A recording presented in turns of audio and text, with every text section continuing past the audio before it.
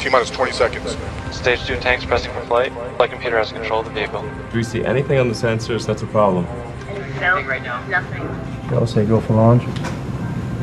T-minus 10, 9, 8, 7, 6, 5, 4, 3, 2, 1.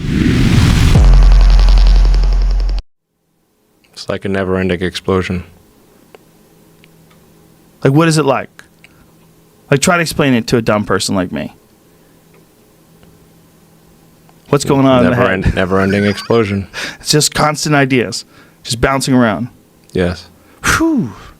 Damn. Yeah. So when everybody leaves, it's just Elon sitting at home, brushing his teeth. Just a bunch of ideas bouncing around your head. Yeah. Whew. All the time. When did you realize that that's not the case with most people?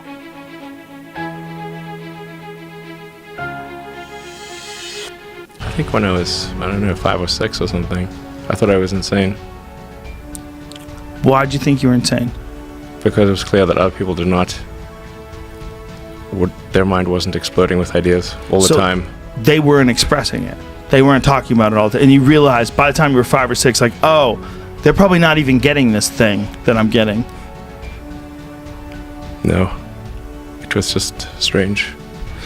It was like, I'm strange. That was my conclusion. I'm strange. But there's not a million Elon Musks. There's one, motherfucker. Do you think about that? Or you just try to not?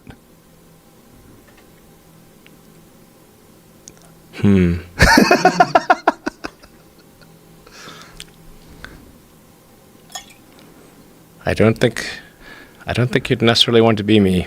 I don't think. Well, what's the worst part about you? I don't think people would like it that much. Well, most people wouldn't, but they can't be you. So that's like some superhero type shit. You know, you wouldn't want to be Spider-Man. Rather just sleep tight in Gotham City. I hope he's out there doing his job. It's very hard to turn it off. Yeah. What's the hardest part? It might sound great if it's turned on, but what if it doesn't turn off?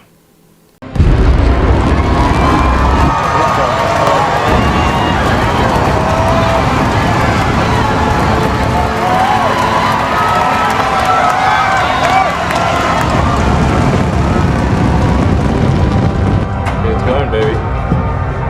It's going. Come on, baby. Let's go. All right, so what you got?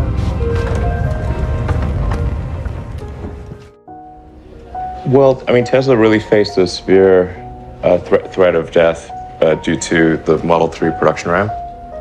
Essentially, the company was bleeding money like crazy, and just if we didn't solve these problems in a very short period of time, we would die. And it was extremely difficult to solve them. How close to death did you come? Within single-digit weeks. 22 hours a day, or like what? How many I hours? was working, so 7 days a week, sleeping in the factory. I worked everywhere I worked in the paint shop, general assembly, body shop. You ever worry about yourself imploding? Like it's just too much? Absolutely. No one should put this many hours into work. This is not good. And people should not work this hard. They should not do this. It's very painful. Painful in what sense? It hurts my brain and my heart.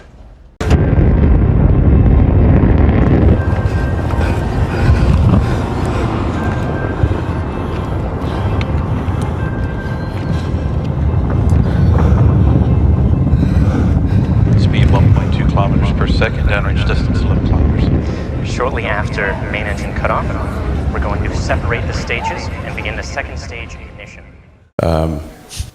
2008 was brutal. 2008 we had the third consecutive failure of the Falcon 1 rocket for SpaceX. Tesla almost went bankrupt. We closed our financing round 6 p.m. Christmas Eve 2008. It was the last hour of the last day that it was possible. We would have gone bankrupt 2 days after Christmas otherwise. And I got divorced. That was like rough, man. Permanent scar tissue there. Well, it poses a question, or maybe you just answered the question of why is no one else doing these things?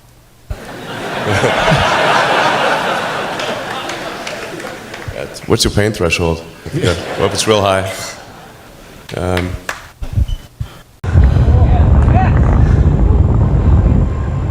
Come on.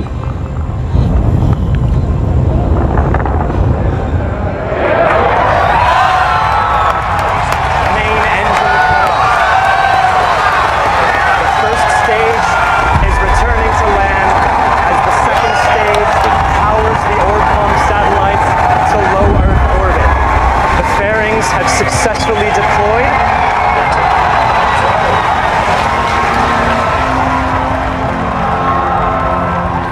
The first stage will soon begin its series of 3 burns to head back towards Cape Canaveral.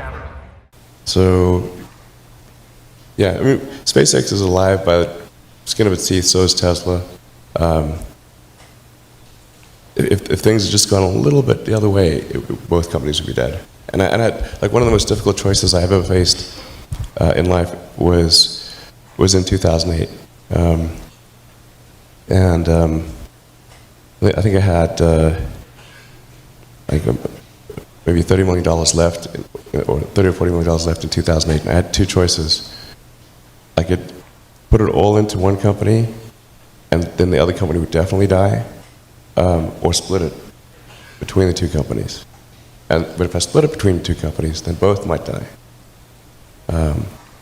And when you put your blood, sweat, and tears into creating something, or building something, it's like a child. And so it's like, which one am I going to let one starve to death? I couldn't bring myself to do it, so I split the money between the 2. Fortunately, thank goodness, they both came through. What was your biggest failure and how did it change you?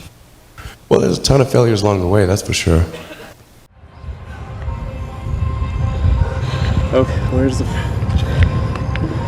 Okay, this is bad. Potentially bad.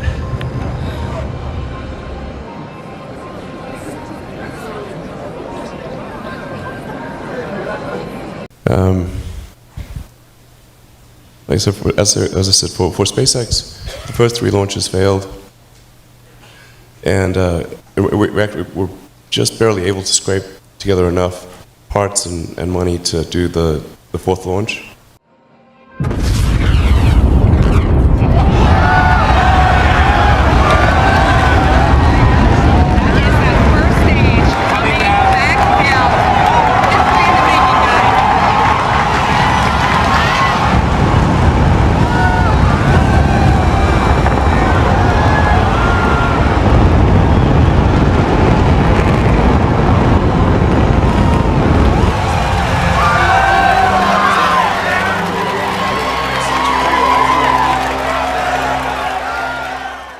If that 4th launch had failed, we would have been dead. So multiple failures along the way. I tried very hard to get the right expertise in for SpaceX. I tried hard to find a great chief engineer for the rocket, but the good chief engineers wouldn't join, and the bad ones, well, there was no point in hiring them. So I ended up being chief engineer of the rocket. So if I could have found somebody better, then we would have maybe had less than 3 failures. When we started coming in, it sounded like an explosion. Yeah, man. Oh my God. Yeah, look at this. Look at it.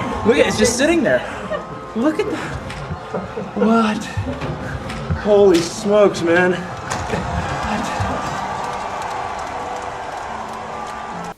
Like when you're thinking about things like that, is that like one of your considerations? Like what could I do that would help people that maybe they wouldn't be able to figure out?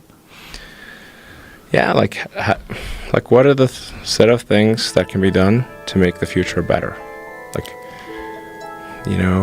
So I think that a future where we are a spacefaring civilization and out there among the stars, this is very exciting. This makes me look forward to the future. This makes me want that future. There need to be things that make you look forward to waking up in the morning. You wake up in the morning, you look forward to the day, you look forward to the future. It's kind of amazing that this window of opportunity is open for life to go beyond Earth. And we just don't know how long that window is going to be open. But the thing that gets me most fired up is that creating a self-sustaining civilization on Mars, it would be the greatest adventure ever in human history. It would be so exciting to wake up in the morning and think that that's what's happening.